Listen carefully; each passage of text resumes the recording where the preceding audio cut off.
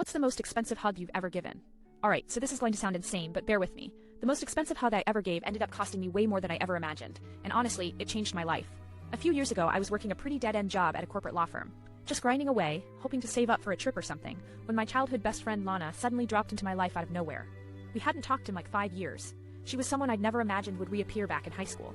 We were inseparable, but then she got mixed up with the wrong crowd, fell into some serious drug stuff, and just vanished. So one rainy night, out of the blue, she calls me.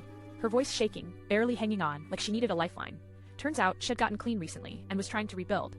But her now ex-boyfriend, a pretty notorious local drug dealer, was harassing her, trying to drag her back into hell. She was scared, homeless, no phone, basically nothing. I felt this wave of old loyalty hit me hard. Without hesitation, I told her to come to my place. When she arrived, exhausted, covered in bruises, I just held her. That's the hug. But it wasn't just a hug, it was a promise. I said, "You're safe here," and I meant it. Here's where it spiraled.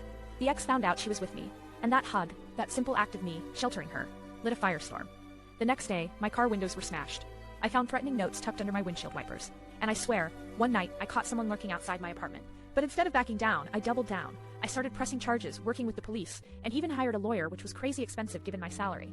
The law firm helped, but it still cost me every penny I had saved. Thousands of dollars, because of court fees, damages, and the legal mess. Now, here's the twist. Through all that chaos, Lana got clean for good.